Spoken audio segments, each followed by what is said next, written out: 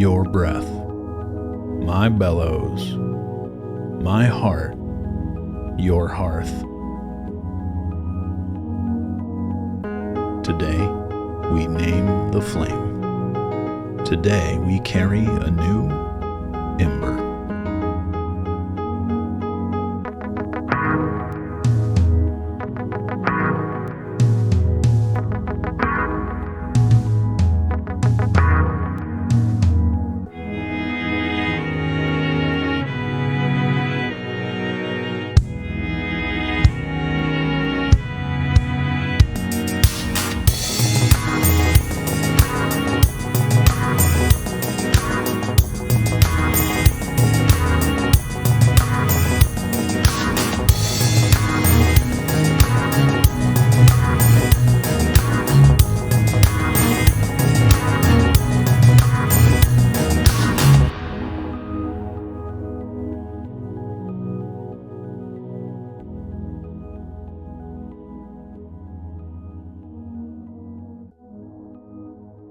Well, welcome to Embers, a Whisper and Flame podcast. My name is Michael, and I am the voice of Whisper and Flame, the voice that will guide you and journey with you these next 30 days. When your flame has burned down to embers, and all you can do is but whisper, you are welcome here. If you haven't yet, pick up a copy of Embers, 30 Days for Holding What Remains. It's a guided devotional journal that lets you encounter art and poetry and scripture and gives you a place to write your story for yourself. Visit our website, whisperandflame.store, or our Etsy shop, or Amazon. I'm a former staff pastor at an inner-city homeless shelter. I was a hospice chaplain working with patients facing the ends of their lives. I planted a church that welcomed deconstructing Christians before deconstruction was even a term.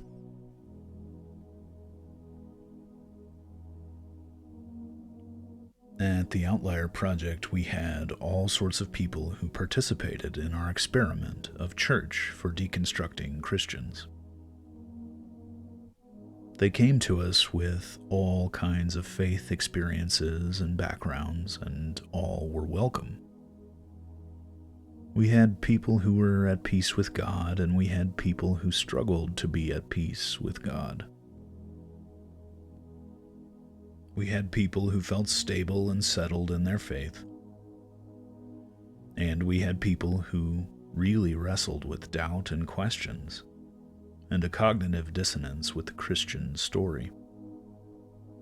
Again, all were welcome. And significantly, the questions and doubts that they had were welcome as well. Stacy and her husband Joe were two of those who really wrestled with doubt and dissonance.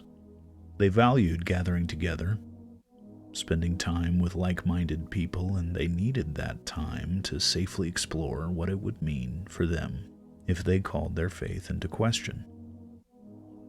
Or rather, to call into question a belief structure that they had been told was the correct way to believe. Sold a bill of goods.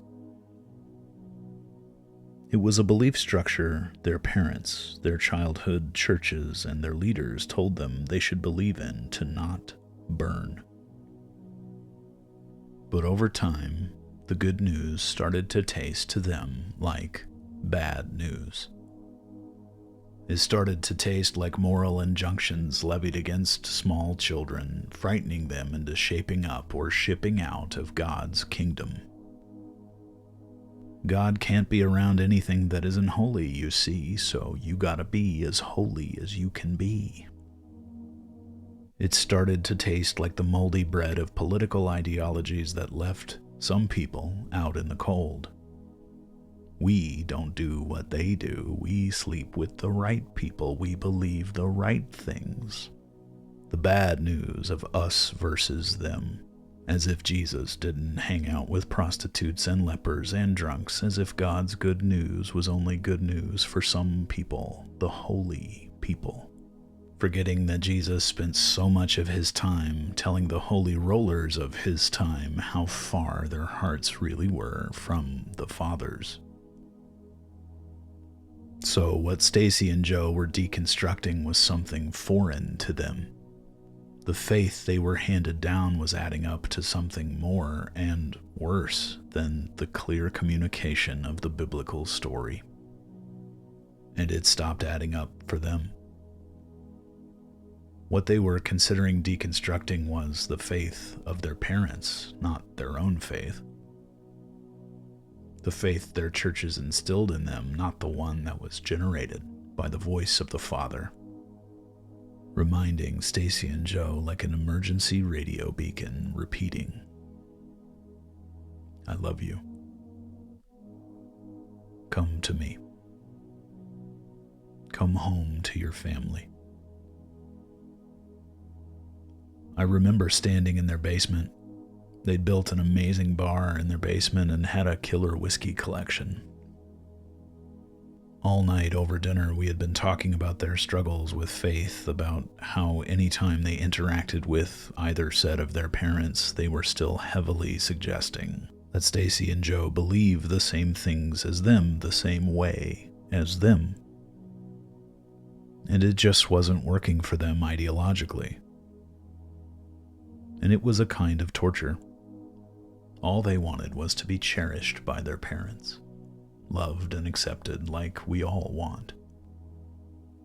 But because of their ideological disagreements, there was distance.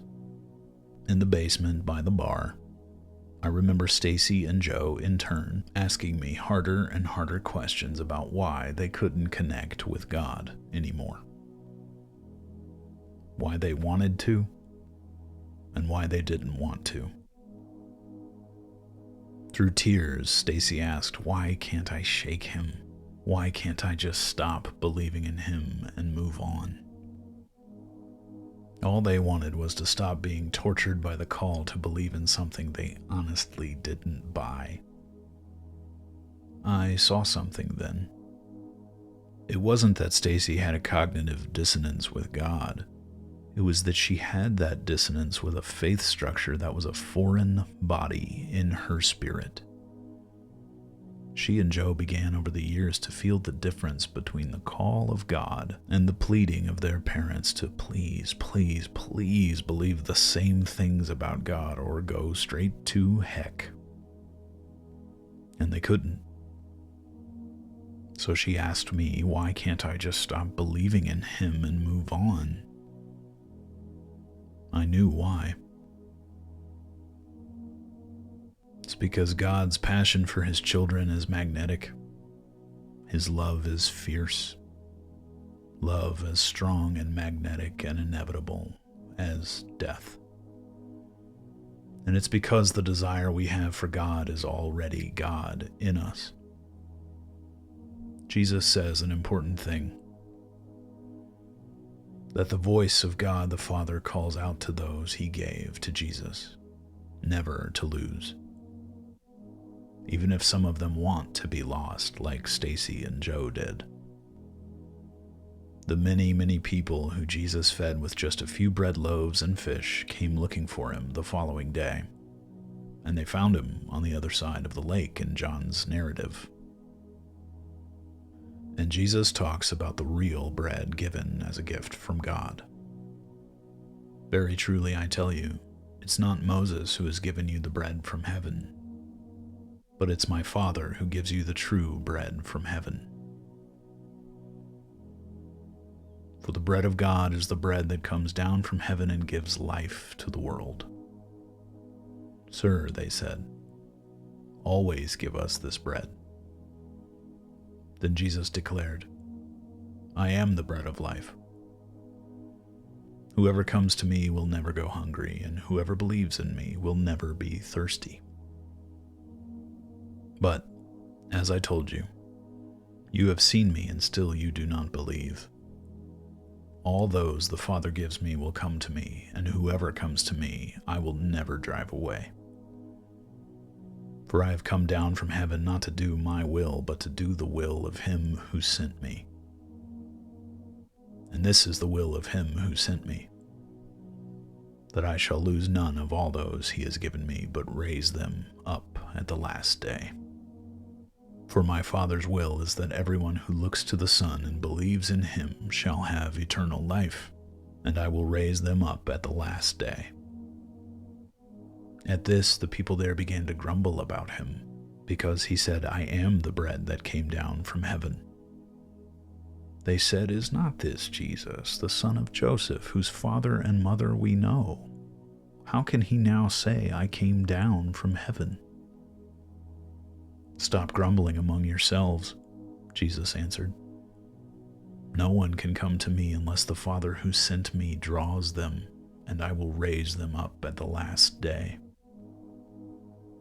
It is written in the prophets, they will all be taught by God. Everyone who has heard the Father and learned from him comes to me." The desire we have for God is already God in us. See, I think his is the flame inside that Stacy and Joe were struggling to name, and yet were still drawn towards. Has there been a time when desire for God in you was a low ember, a flame barely there, but still drawing you towards its light? Stacy's flame has a name, and at one point or another, I think Stacy heard the Father's love calling out to her. I think somewhere along the way she had learned from the voice of the Father, like a radio beacon over and over reminding her, "I love you. Come to me. Come home to your family."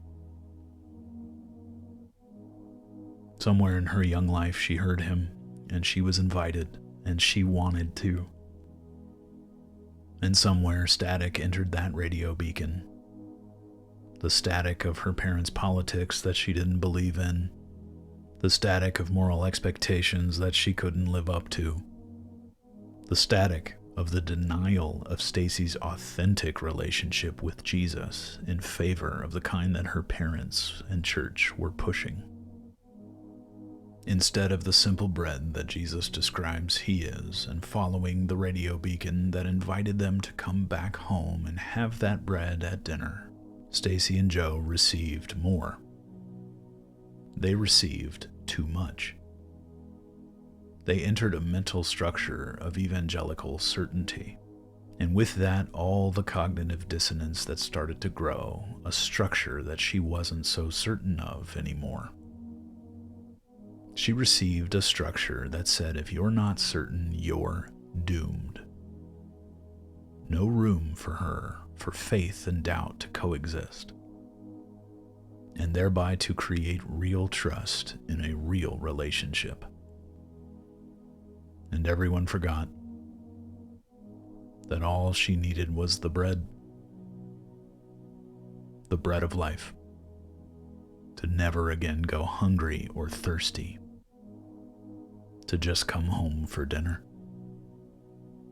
Isn't that all the good news she or anyone really needs? The love found at God's dinner table and Jesus given to sustain us like bread that never stales or gets moldy or is ripped out of our hands.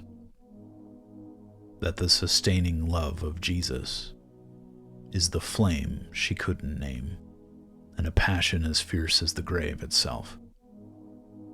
A love as strong and magnetic and inevitable as death.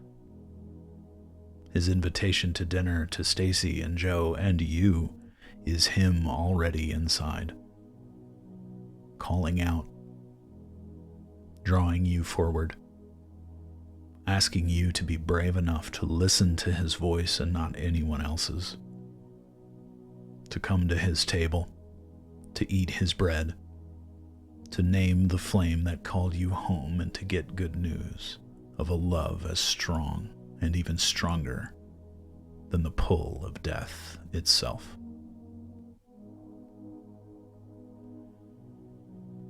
Breathe our breath prayer with me. Inhale. love as strong as death.